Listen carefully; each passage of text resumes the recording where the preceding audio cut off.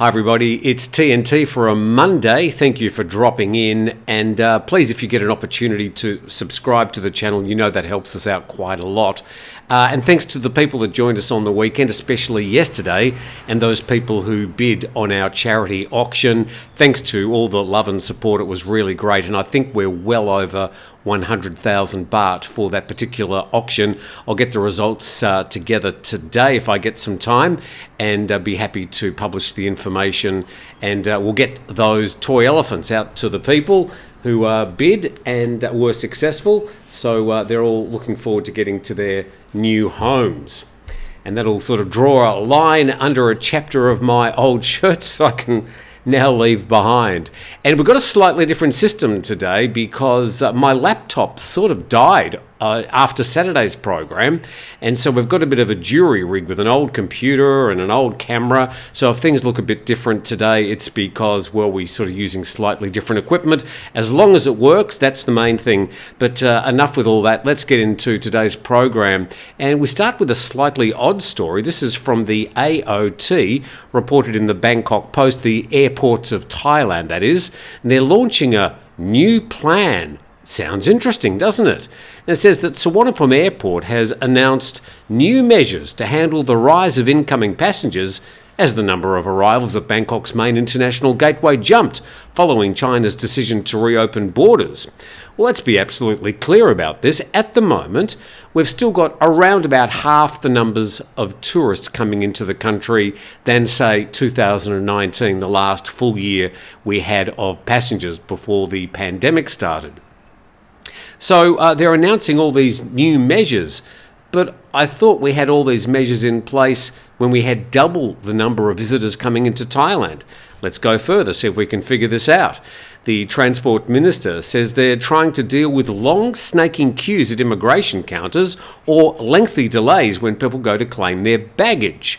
And the plan AOT has come up with also includes a temporarily expanded period for carriers to provide self-handling services. I have absolutely no idea, but I think it's always good to self-handle. And the installation of more automatic passport checkpoints and pre-immigration kiosks. Does that mean for international passengers as well? I hope so. As well as increasing new priority zone, I don't know what a priority zone is, and visa on arrival checking areas at the Satellite 1 building, which is set to open in September. Yes, we have a new terminal that's been completed at Suvarnabhumi Airport, and it'll be one of those satellite type terminals where you'll have to catch a sort of a shuttle train, automatic shuttle train back to the main terminal to be processed when you arrive. So we look forward to that opening up in September. It's not only in Bangkok, though. They're having a few transport and arrival woes. Also reported in the Bangkok Post, this was from Saturday, hundreds of flights axed by a German strike. And the reason I chose this story is because it's indicative of sort of what's happening around many parts of the world where airlines, airports, service industries are struggling to get people to work for them at the moment. Tens of thousands of travellers faced flight delays and cancellations on Friday as workers at 8 airports in Germany went on strike, and Germany's biggest carrier, Lufthansa, had to cancel more than 1,300 flights alone at its busiest hubs of Frankfurt and Munich. Now, the union's seeking a 10.5 salary hike, that's around $530 a month for most of the public sector workers, and employers have rejected the demands. So this is indicative of what's happening right around the world at the moment. To put it in a local context, you've got hoteliers at the moment who are battling to employ people. Somebody comes to work for, say, 20,000 baht a month, and then they find out that they can get 20,200 baht next door, so they just leave their keys in their drawer and off they go next door, and then they spend half their time trying to find a place that'll offer another 200, 300, 400, 500 baht a month. And so it's pushing up wages very, very quickly, increasing a sort of an artificial inflation, and this at the end of the day is going to be paid by you when you try and book an airfare or a room, and you find out that they're more expensive than they were in the past. Don't exactly know where this is going to go, but that's the current situation. Let's go to another story in the Bangkok Post today. And alleged Chinese triad leader detained and their visa revoked. We mentioned this story on Friday. Now they've tracked down the man. He was thought to have fled Thailand, but he's been found. Let's see what happened. And immigration police have revoked the visa of a Chinese man for his alleged involvement in a shady business network in Thailand. This is sort of code they're using for these grey businesses and for the activities of different triads around the country. And police have taken Yu Chin-hee, the chairman of the Shaanxi Association, to the Immigration Bureau's office in Bangkok. On Friday night, he was questioned for allegedly founding an unlicensed Chinese association and a business school that illegally brought Chinese people into Thailand. And the association has reportedly not been registered and operates an illegal business school to provide student visas for its members. So we found out last month that immigration officers were also opening businesses and business schools so they could also offer visa positions to these Chinese tourists. The Immigration Bureau Commissioner says that Mr. Yu was detained under the Immigration Act after police found his inappropriate behaviour regarding the establishment of an unlicensed association or illegal one. And then it says that Mr. Yu held a retirement visa and stayed in the kingdom for 2 years. He later submitted a request under immigration criteria for another year's stay. This type of visa, they say, is issued to foreigners aged 50 years or over who wish to stay in Thailand. Well, Mr. Yu was over 50. He followed the proper immigration procedures. And then down the bottom there, police investigators were in the process of seeking information from the Chinese man. Details could not be disclosed at the moment, according to the Immigration Bureau Commissioner. So it's not just these Chinese triad leaders and these tourists who are trying to convert to a longer stay visa. It's the Thai immigration staff that are enabling this to happen illegally. So we shouldn't just be blaming these Chinese who are really just trying to get into the country and find somewhere to stay. It's these immigration staff that are allowing it to happen and taking advantage of them, of course, during the process.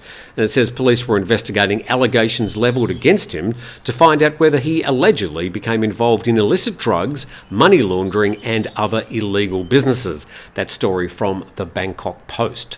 You're watching TNT. It's Monday. There's plenty more stories to come. I'm sort of racing through them today to try and fit it in before 20 minutes.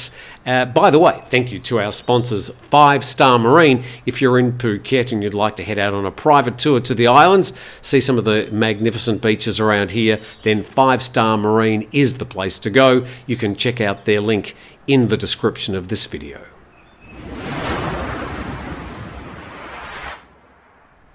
You're watching TNT on a Monday, and I do really appreciate you dropping in to see what's happening. And we're going now to Thai PBS World. They're reporting that the Thai Health Minister says no to 4 a.m. pub closing, except in tourist zones. The Ministry of Public Health is against a proposal to allow pubs to stay open until 4 a.m. as a matter of principle. He's turning into a bit of a sort of a fun buster, isn't he? The old Public Health Minister. And then he says in the second paragraph that the ministry may agree to allow pubs in certain major tourist destinations to operate up to 4 a.m. on a case-by-case basis. Remembering that, of course, a lot of these pubs already do stay open well past 2 a.m, which is the legal closing time. So just allowing them to officially open at 4 a.m. really won't change much for many of these popular tourist zones. The Ministry of Tourism and Sports wants pubs in tourist destinations such as Phuket and Pattaya to stay open until 4 a.m. to attract tourists, and he disclosed that road accidents during 2023 New Year Festival dropped by about 20%, and that's true, compared to last year, thanks to the cooperation of all parties concerned, including the Thai Health for their road safety campaign. Exactly why the road deaths and road incidents dropped by some 20% this year is not really known, but it's a very good result anyway, so congratulations to the people that were all involved in running that campaign during that period. And just moving on to another part of that story, this is about e-cigarettes. And the minister says that he's instructed the Disease Control Department to coordinate with the Royal Thai Police and the Customs Department in the enforcement of the law concerning e-cigarettes. So anybody looking for some relaxation on e-cigarette laws in Thailand, it looks like it's probably not going to happen anytime soon. The Thai Health Promotion Fund was also instructed to step up its campaign to educate the public, especially young people, about the dangers of e-cigarettes. And the story from Thai PBS World says that despite claims that e-cigarettes are less dangerous than traditional cigarettes, Anucha said he will never allow cigarettes to be legalised in Thailand. So there you go. That's the latest on the e-cigarette saga. And another story now from the Bangkok Post. New rules to protect teen mums-to-be. Schools can't ban pregnant girls. The story says that a new ministerial regulation prohibiting schools, colleges and universities from dismissing or transferring pregnant students has taken effect in a move aimed at improving the protection of students' rights. It was jointly signed by the High Education, Science, Research and Innovation Minister and the Education Minister. It's already been published in the Royal Gazette. And the story says that the regulation says that all educational institutions in the kingdom must not dismiss pregnant students or force them to transfer to another school against their will. It also says the move is aimed at ensuring the protection of students' rights to a proper education. And here's some interesting figures. In 2016, there was 13.7% of students who continued studying at school. And then in 2021, that percentage who continued studying after getting pregnant rose to nearly 34%. I think that's a really good result.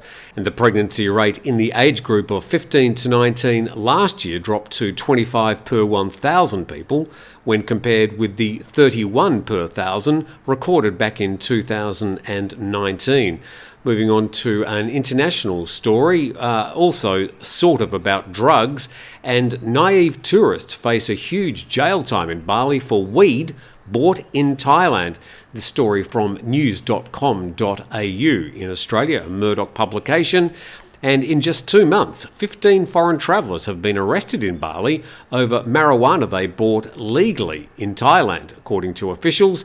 The second paragraph says, in an area of the world where drug laws are notoriously harsh, cannabis cafes and weed dispensaries have become common in Thailand since the country's surprise move to remove marijuana from its banned narcotics list last June. Two parts of that paragraph which I think are interesting is the discussion that Thailand is really standing out amongst its Southeast Asian counterparts, for good or for bad, and then it's also saying that it was a surprise move. I mean, they really caught all the other countries completely by surprise. There was no discussion between the Thai Public Health Ministry and other nations around to say, hey, we're going to be changing our cannabis laws.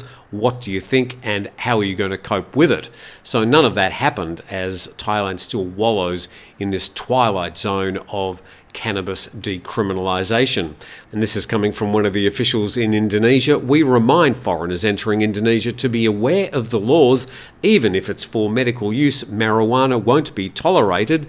And then of the 15 foreigners arrested in the last 2 months, ABC Radio in Australia was told that most were from Russia, Britain, US, China and Brazil.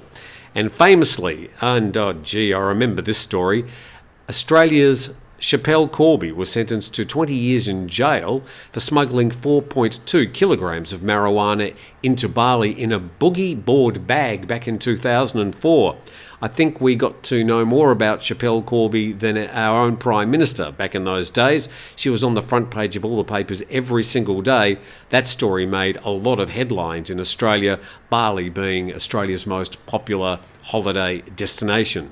And that story from the Murdoch publication of news.com.au. We now move to the nation Thailand, and this story says that caught on TikTok, an airline urgently investigating a food tray mishap, and Thai Airways is investigating why flight attendants on a flight from Singapore to Bangkok failed to remove food trays from passengers' foldable tables before landing. The story goes on to describe a TikTok page showing food trays left on the foldable tables of 3 seats. One water bottle fell from the tray during landing. So whatever happened to stow your tray tables? So the person posting this video said she rang the bell to summon a flight attendant before landing, but no one turned up. And passengers were then told to fasten their seatbelts, but the food trays were still there, she explained. And Thai Airways International say they'd like to explain that the company has learned of the incident and did not ignore it. According to the airline, the incident may have happened because of several factors. Perhaps one of them was a misunderstanding, and the company's in the process of an urgent investigation to find the facts. So some passengers landing with their tray tables down and the food trays still there. I'm not sure if it was a perilous situation or anybody was in any imminent danger, but it's certainly not the safety practices of all airlines around the world, where the tray tables, of course, are meant to be stowed and all the food trays are meant to be well gone by the time the planes are landing. So it will be interesting to see if we can find out what actually happened to that flight between Singapore and Bangkok. Moving on to our next story today from Thai PBS World, and complaints about cabbies. Let's find out what's happening with these. And the Land Transport Department has received more than 2,000 passenger complaints since the new taxi fares came into effect back on January the 16th. So that's about a month of complaints, I suppose. And of the 2,120 complaints, 720 concerned cabbies rejecting passengers. A bit of a common problem where cabbies just don't want to go where you're going, and that seems to be the most common complaint. 455 concerned impolite behaviour, 358 were for reckless driving, 237 for not using meters, and 221 cases of malfunctioning meters. Problems with those meters, as I say, it must be the humidity. And since the new fares came into effect, 34,812 taxis have had their meters adjusted. So taxi fares have gone up across Bangkok. No matter if it's a flag fall or if it's just time in the traffic, the fares have gone up after quite a long time. So it looks like those fares are going up, but perhaps the service hasn't improved very much at this stage. Let's go to our next story now. And police inspect Pattaya Walking Street for a tourist safety campaign. We love these inspections when they come down to places like Walking Street, Bangla Road in Phuket, and they have an inspecting for things like prostitution. In total, 234 officers from Pattaya City, the Banglamung District Public Health Office, Pattaya Tourist Police, Immigration Office and the Chonburi Provincial Employment Office joined in the inspection, and that was on February the 17th, and of course they invited the media to join them to take photos of them wandering down the street, of course. And the head of police said, to make sure of tourist safety and confidence, we've conducted a crime-free campaign, no minors, no drugs, no weapons, no human trafficking, total safety, and of course, no prostitution. So good to see them doing that annual march down Walking Street. We're always very happy to cover it, and nothing to be seen here.